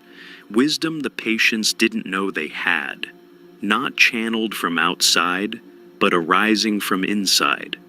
The wise old man who gave guidance, that was their own inner wisdom projected as a figure. The divine child who brought renewal, their own creative potential personified, the shadow who revealed truth, their own rejected knowing. It was all them talking to themselves through the medium of projection. This is why you don't need more information. You need more consciousness about the information you already have. You don't need more answers. You need to see the answers hiding in your questions. Every seeking is actually avoiding. Every search outside is fleeing from inside. Every next video, book, or teaching is postponing the real work, facing what you already know but don't want to know. Jung said the privilege of a lifetime is to become who you truly are. But you already are who you truly are. You're just unconscious of it. You don't need to become anything. You need to recognize what you've always been. The seeking ends when you realize everything you've been looking for is what's doing the looking. Here's the final truth that makes this the last video. You are not who you think you are. You're the one who's aware of who you think you are. Jung discovered that behind all the projections, beneath all the patterns, beyond all the complexes, there's something that doesn't project. The self. Not the ego self you identify with, but the self that witnesses all identifications. This self doesn't have problems because it doesn't identify with problems. It doesn't have patterns because it's what observes patterns. It doesn't project because it's what recognizes projections. You've been identifying with your projections, thinking you are your personality, your problems, your patterns. But you're not. You're what's aware of all of that. Yes, sir, T. Okay, so that self that does not project, is that self the superconscious mind in you that does not project? It does not project. It does not identify with problems. It doesn't see it. It just sees everything as is. Is Yes. that what that self is? Is that the superconscious mind that's within all of us, the Christ within? Yes. That's the whole, the all that is. You know, that's you recognizing that, you know, everything that's going on out there, you have autonomy with it. You can control it, but you get lost into having it control you, because that is the way to have the experience. So, Chris, Is to get lost in it. the ego mind that we think that we are, Mm-hmm. that we are aware of being, that we think we are. I would say that's the little I am, and the super conscious mind that you're just discussing now. That's the great I am. That's what it is being spoken of in saying, greater is he that is in me than he that is in the world. The small I am that is projecting the ego self that thinks I am this and thinks I am that. Yeah, the conscious mind. That's the small I am. That's who you think you are. But the great I am. Yeah, because you are conscious that you exist. You're even if you don't see yourself in a mirror, you just know. As Neville would say, you may not know who you are, where you are, what you are, but you know that you are. So right. You are conscious that you are something, right? And you are somewhere. All right, so you just draw a conclusion and say, hey, this must be what I am. You know, whatever I see, that's what I am. So I don't know of anything else. No subconscious mind, no superconscious mind, none of that stuff. I just know right now, this is who I am. And you operate as such. And you do things, you create things, you see things happening. You think about something and it transpires. So you don't know that this part of you is just to experience what is coming from the generator that generates all ideas, that you imagine or contemplate or whatever, is the superconscious. It generates everything that you're experiencing. It's what's projecting everything that you're experiencing. It generates it, projects it. But the conscious mind is the part of the consciousness that is experiencing everything that is objectified. It is still a part of the whole. It is what I'm saying, it is the other side of the same one coin that is engulfing all of consciousness. So you can never get away from the conscious mind. It's just that it's the mind of experience. It's externalized. As you say, greater is he, the conscious mind that's in the world. I mean, greater is he that is in me, the superconscious, the Father, the all that is, than he, the conscious mind that is in the world. But there's still mesh, there's still a network. It's the yin and the yang. The yang is the conscious mind. The yin is on the inside, the feminine aspect, the whole, the generator. You know what I'm learning, Sir Chris? Mm-hmm. That what the conscious mind of experience shows you, and you would say, I am this or I am that. That's the conscious mind that is that. That is experiencing that. So yes, I am that, but you can also say, I am grateful that the great I am is also in me. The great I am that is everything. So you're lacking nothing. So the conscious mind might be lacking something in experience, but you have within you the great I am, not just that small I am. Yeah, you have the storehouse. great Yeah, I am within you. So that has everything. This is why we can confidently know that everything that we are looking for is already in us. Mm-hmm. That's why you're looking for it in the first place. You're only looking for it because it's already in you. That's true.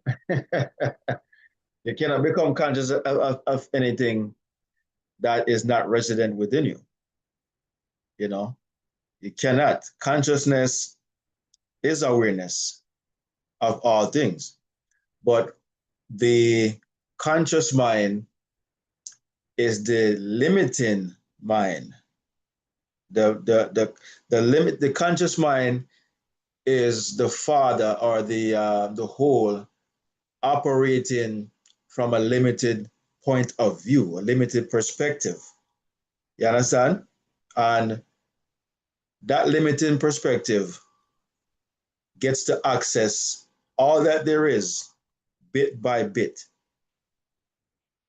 in order to have the experience.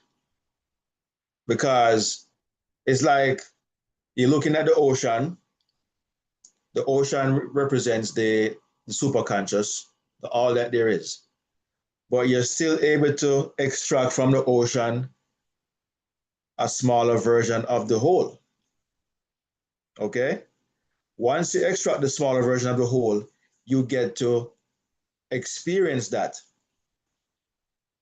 smaller version of the whole. And you get to take from the ocean little by little to create another version of the whole, bit by bit, bit by bit. So you're building from the ocean, little by little, creating other smaller versions or different variations of the whole. And you notice that the water is pliable, is malleable, it's not tough, it's not rigid, it's not solid.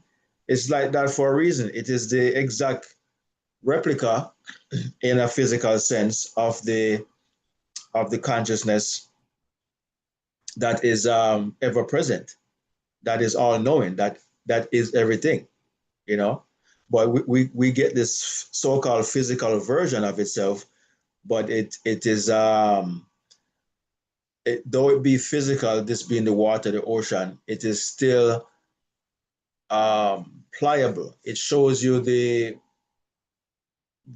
different variations that it can become, just like consciousness itself can become all these different variations. So it's a very interesting dichotomy of using the ocean, which is made up of trillions or quadrillions or whatever other numbers out there of drops to make up the whole.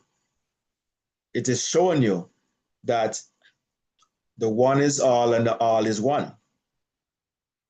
You know, it is showing you that though you can extract from the ocean, it still remains water. It still remains H2O, but it becomes just a limiting version of itself in order to have an experience. Because as a whole, there is no experience. All it's just everything is. But once you become a smaller version, can fit into a cup, you can fit into a pot, you can fit into a bottle. You're having these different variations of the self, the superconscious, the whole, the all that is now fragmented itself, into different compartments, different conduits, different vessels, and taking on that personality, that environment, that lifestyle, whether it be good, bad, or indifferent, and reserve itself to that fate, so to speak, with complete, let's say now, with no worry whatsoever of what is going to happen to that vessel or that lifestyle. Because in the end, it's the observer, the generator. It's just watching itself like a movie, playing different parts that it generated or projected. And it knows that it is not these things. It knows that these are just parts that it is playing. And all the parts that it is playing is itself, that is individualized to see and learn all the different aspects of itself. Without the projection, it would not learn what it is or all that it is. The self knows that it is. The projection learns what it is. All these different variations and stuff like that. So I hope that made some sense there with the being aware, being the observer, and learning how to separate what you observed, okay, and then just being the observer. Learn how to separate what you're seeing.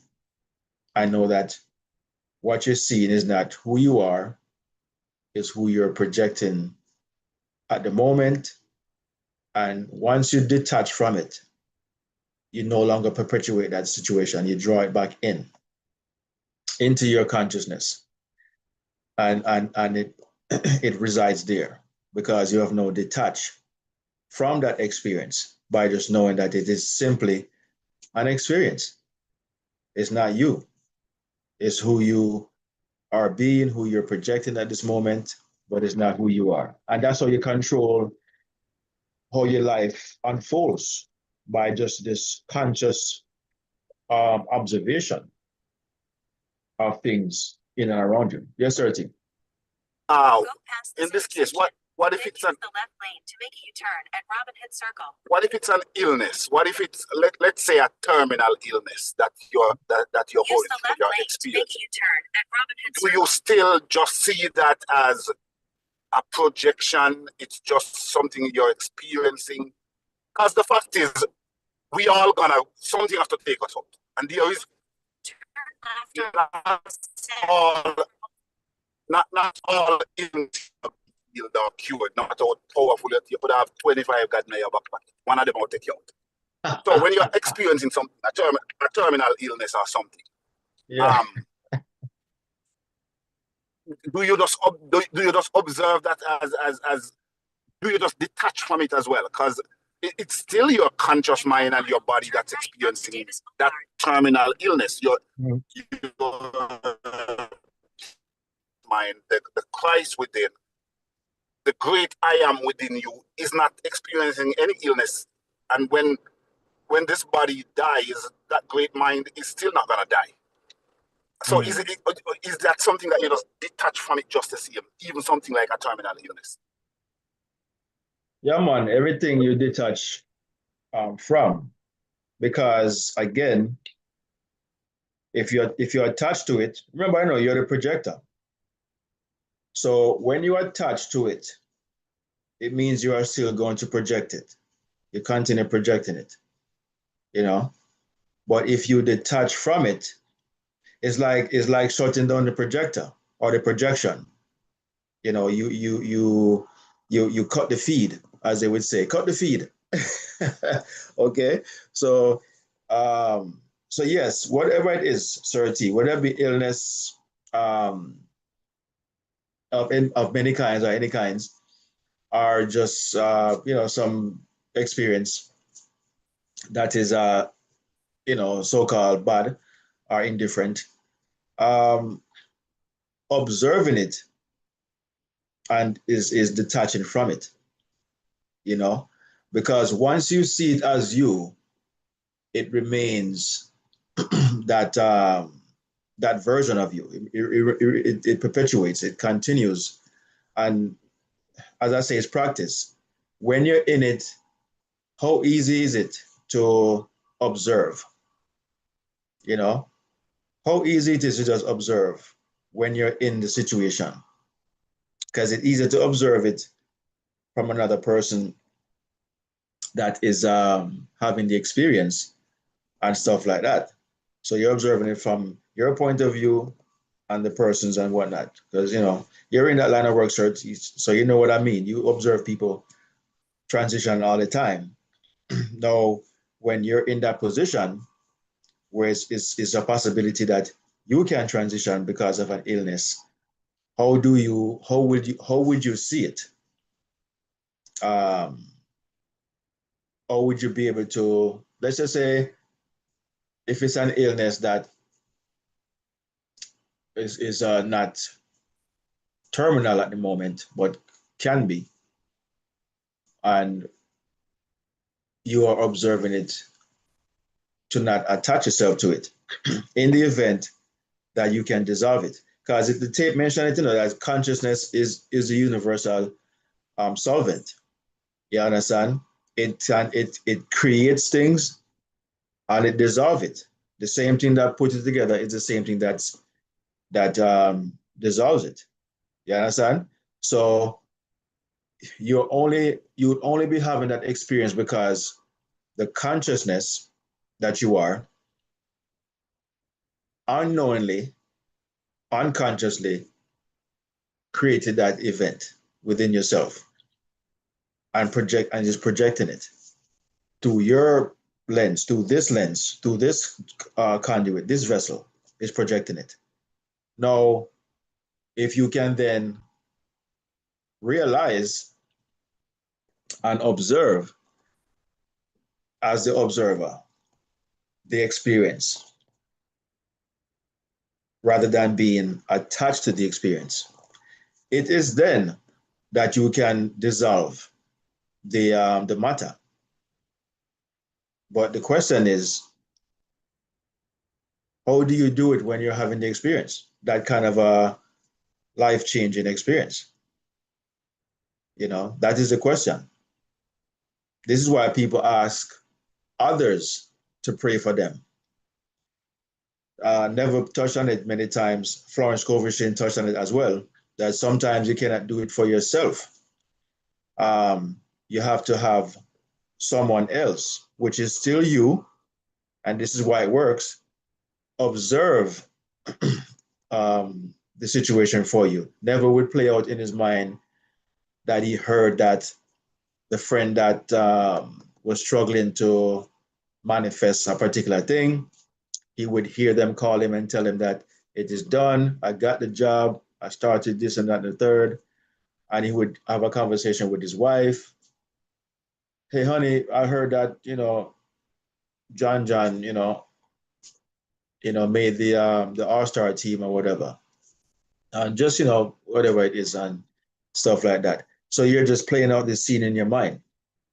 And only to hear John call you 2 days, 3 days later that, hey, guess what? I made the team, But prior to that was struggling to even accept the possibility, even though you would probably tell him to, all right, imagine it, see it, feel it, all these different things you tell him. And we say, why I'm going to say all these people, how good they were. I could not even fathom in my own mind how, I could be better than these people or even make the team. So you do it for the person.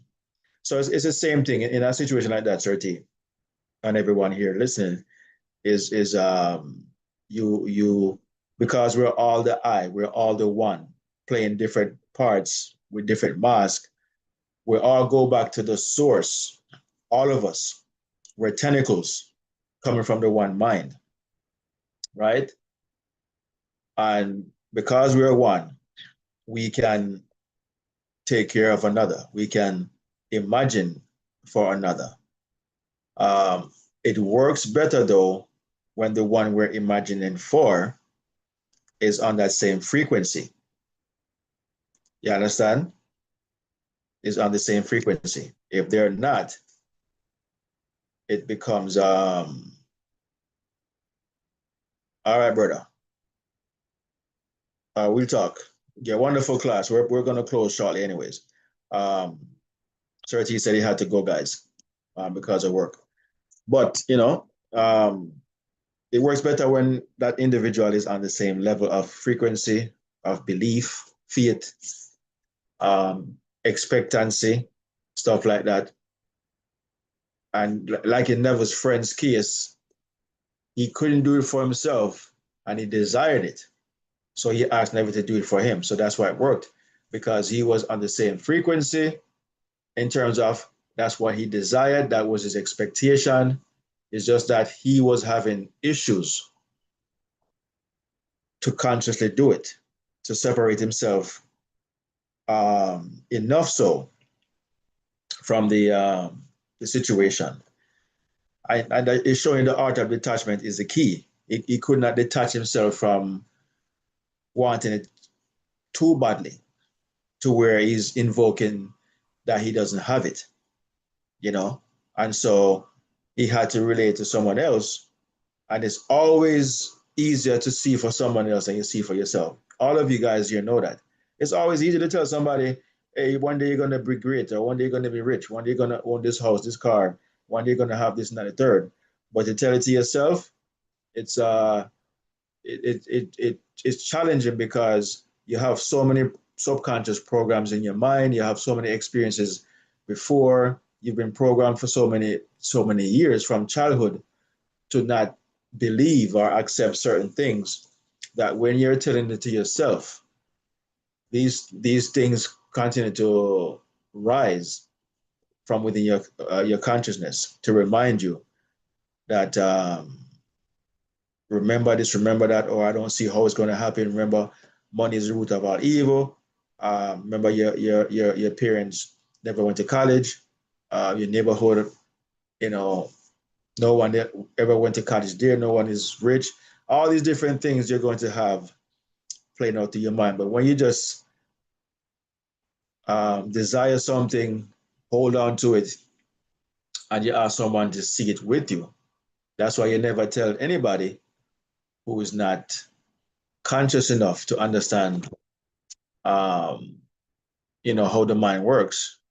You're only going to tell it to somebody who's on the same level as you. That person will see it for you, and it will work even better because you already know what you want, but you just cannot do it for yourself and stuff like that. So that's why that works in that case.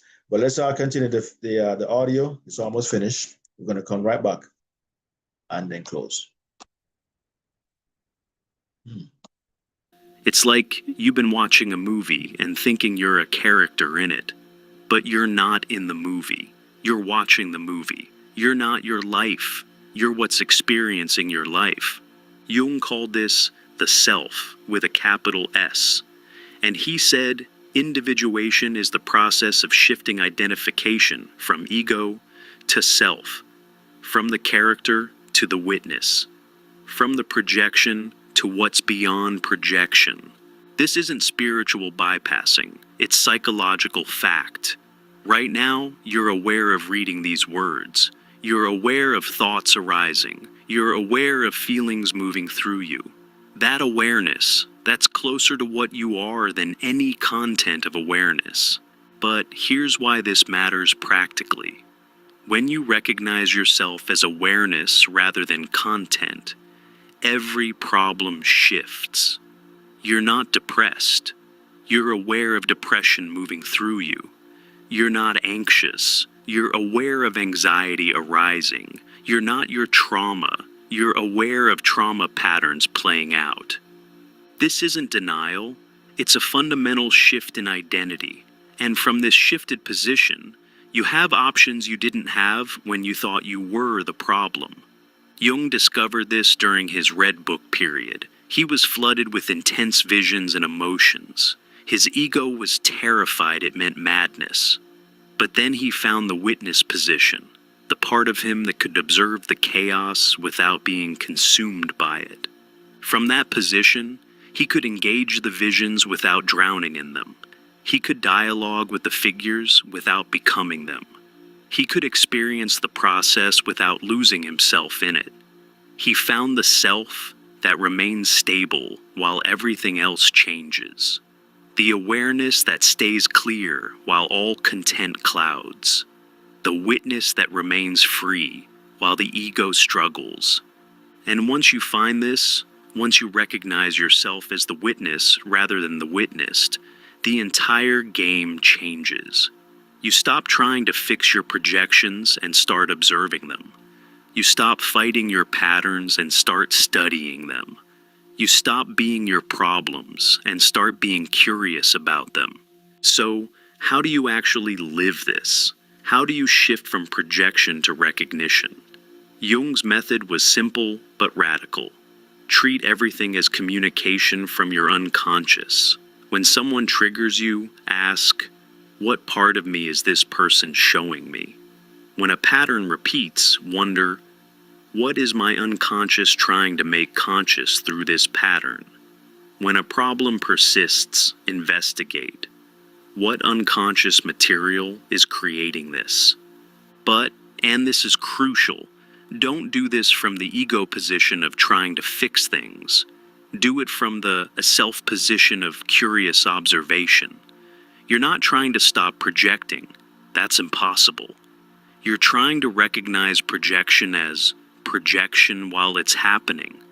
You're not trying to eliminate patterns. You're trying to see them clearly. Jung called this holding the tension of opposites. You simultaneously live your life and observe yourself living it. You're in the movie and watching the movie. You participate and witness. This takes practice. The ego wants to collapse into identification. I am this problem. Or it wants to escape into spiritual bypassing. I'm above all problems. But individuation happens in the tension between these positions. You learn to say, I'm experiencing depression rather than I'm depressed. Anxiety is moving through me rather than I'm anxious. A pattern is playing out rather than this always happens to me. Small linguistic shifts that represent massive psychological shifts. Here's Jung's ultimate message. The thing that, if you really get it, makes everything else unnecessary. Your entire life is your unconscious becoming conscious. Every person, every situation, every moment. It's all your psyche trying to know itself through projection and recognition. You're not here to win at life. You're here to wake up to life. You're not here to solve all problems. You're here to recognize problems as projections. You're not here to become someone better. You're here to realize who you've always been. This isn't a philosophy or belief system. It's what's actually happening, whether you see it or not. Your unconscious is constantly projecting. Life is constantly reflecting. The question is whether you're conscious of the process. If this landed, really landed, you don't need another video. You have the master key. Everything is projection. Life is your mirror. Consciousness dissolves all problems by revealing them as projections. Most people will watch this and immediately look for the next video, the next teaching, the next answer outside themselves. They'll keep seeking instead of seeing. They'll keep projecting instead of recognizing. But maybe you're done with that. Maybe you're ready to stop looking for answers and start recognizing that you are the answer, playing hide and seek with yourself through projection. If you want to explore this deeper, subscribe. But know this, everything you need is already within you, projected as your life, waiting for you to recognize it as yourself. Jung's entire psychology leads to one recognition. It's all you. It's always been you. And the moment you really see this, the seeking ends and the finding begins. This might be the last video you need, not because it contains all answers, but because it reveals where all answers come from. They come from you. They always have.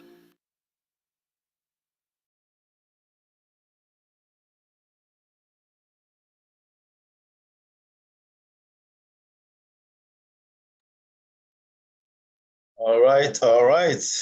Everyone, that was the end of that audio. It's now 12:17, so we're going to wrap this up. Just going to go back over a few things. Thank you all for being here. Serti had to run because he's actually working at the moment, so he's multitasking and stuff like that. You know how that goes. But today's topic, until you make the unconscious or make the subconscious conscious, it will direct your life, and you will call it fate or God's plans. Okay? We say these things because we were ignorant of the fact that we're the ones who are directing our own life. We're the ones who's writing our life as it goes, based on how we program our subconscious mind. Carl Jung called it the unconscious mind. Unconscious because we are not conscious of it. Unconscious because this mind is impartial. It does not think. It only projects. Okay? It does not decide, if you're going to go right or left. It's just going to go with the flow. That's all it does. Okay? It goes with whatever you pay attention to. As I say, whatever energy goes, energy flows where your attention goes. So if your attention is going to something, that energy is going to flow to that thing. The energy is what's going to create. This energy is synonymous with the subconscious mind. So you are consciously attending to something, the energy is going to flow to it, to maximize it, to magnify it, to bring it into being, into expression. So what this tape, our lesson, was about is, as Carl Jung said, live your life like this. Recognize that everything that you're experiencing is a projection, all of it. Some of it is by your conscious doing, meaning that you were definite, you were on purpose, but majority of it is unconscious, meaning that you did it in ignorance, in not knowing what you were doing.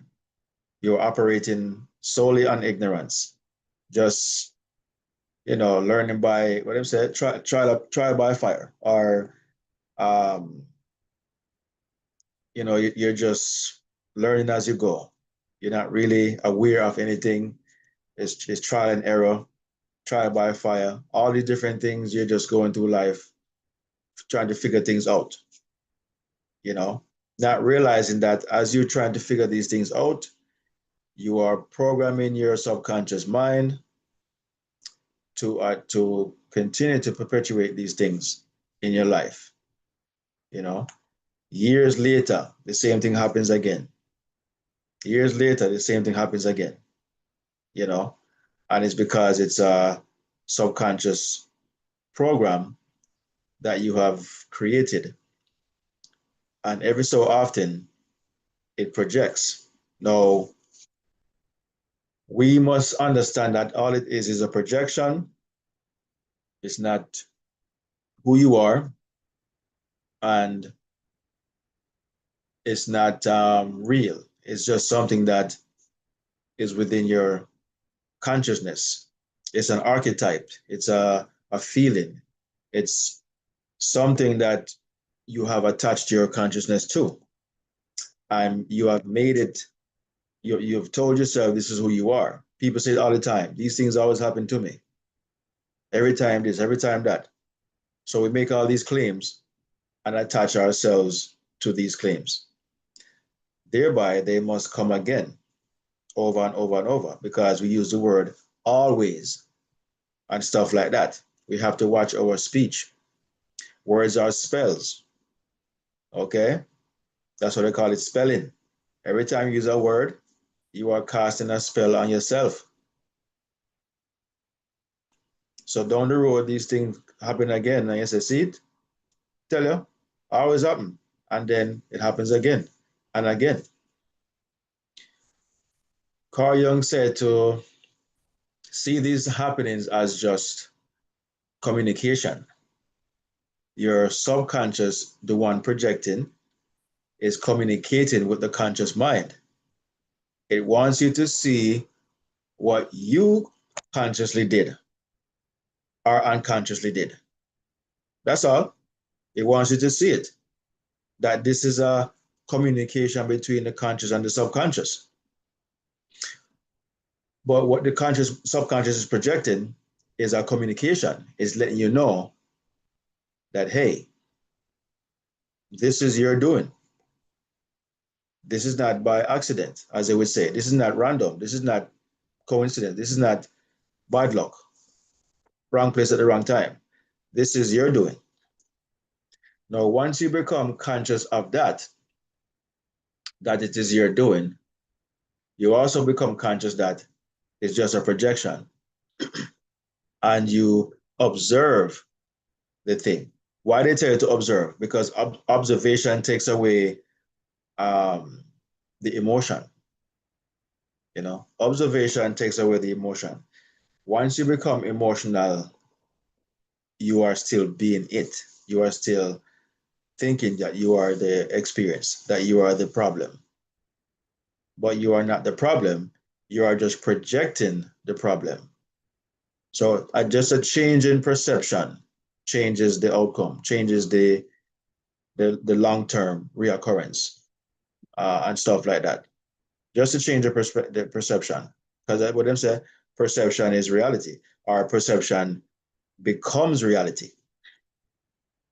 Whatever you perceive, you will achieve. So you are, whether it be good or bad, so you're always having this experience, and you get engulfed in it. You get attached to it, and you've now you have now commanded this thing to happen again by way of the subconscious. The subconscious say, oh, so you want to happen again? Okay, all right. I'll let you know when.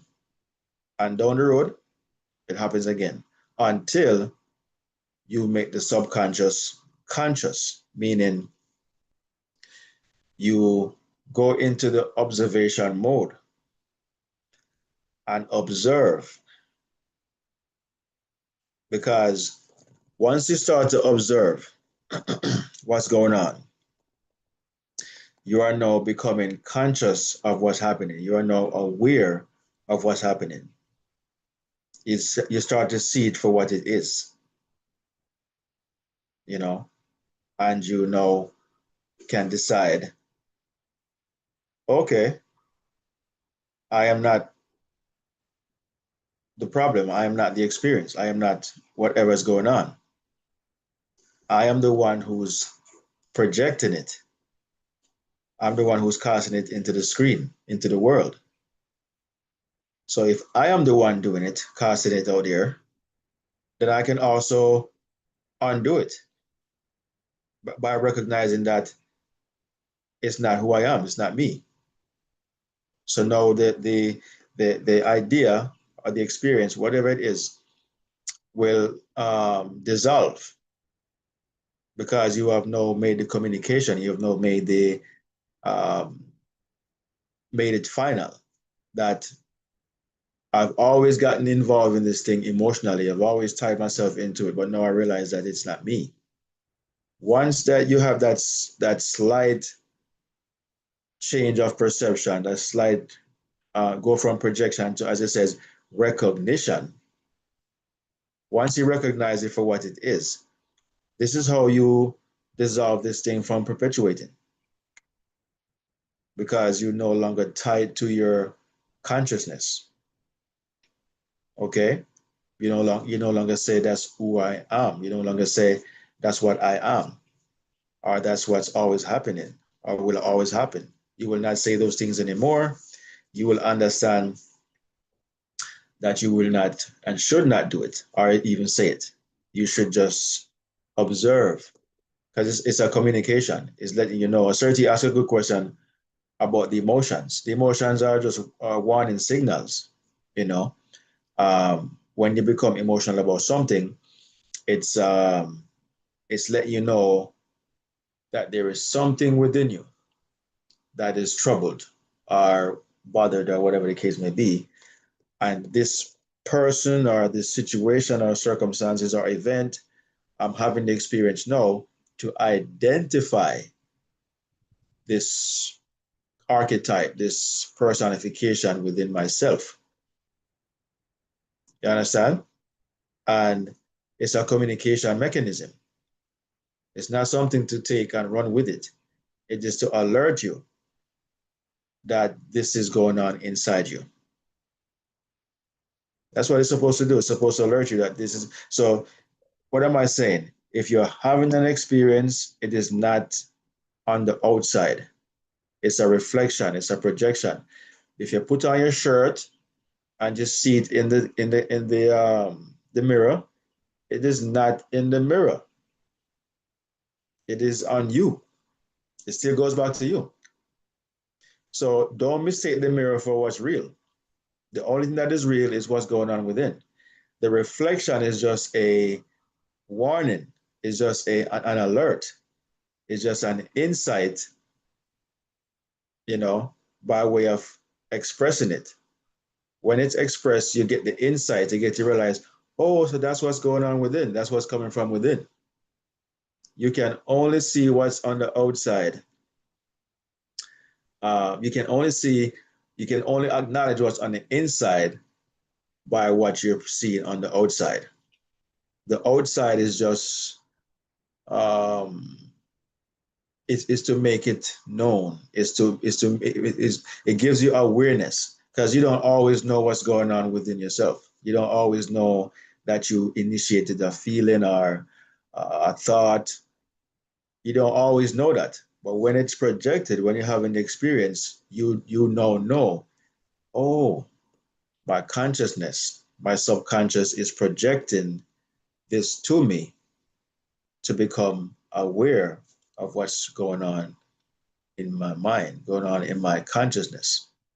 You are not having you're not having the experience, you're not the experience, you're just having the experience. You're projecting it. You're broadcasting it, you're casting it outward. But it's really to communicate to yourself what you've been imagining, feeling, thinking, contemplating, worrying about, is all a reflection of what's going on within you. All of life is not external, it's all internal. Everything on the outside is just to tell you what's on the inside. Everything is an inside job. But consciousness is so dynamic, we are fooled to think that all that there is what we see, is what we hear, what we taste, smell, and touch. All of that stuff is just for the five senses to have acknowledgement of what's going on,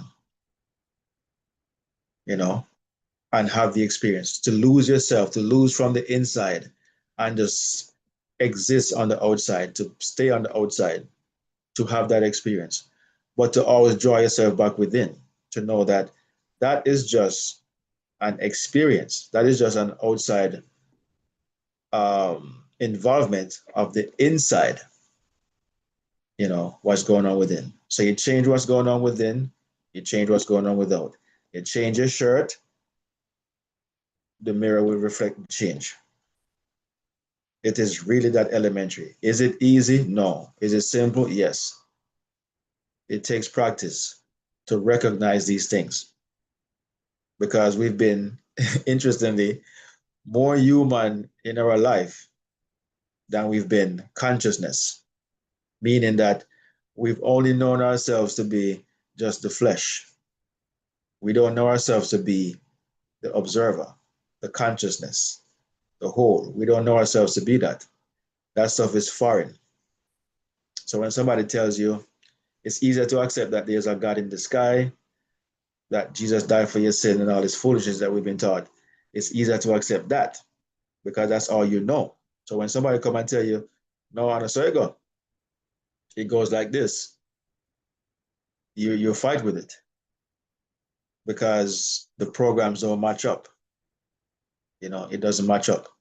But now that we've come to know better, to know different, to know the truth, then we have to operate within that terms.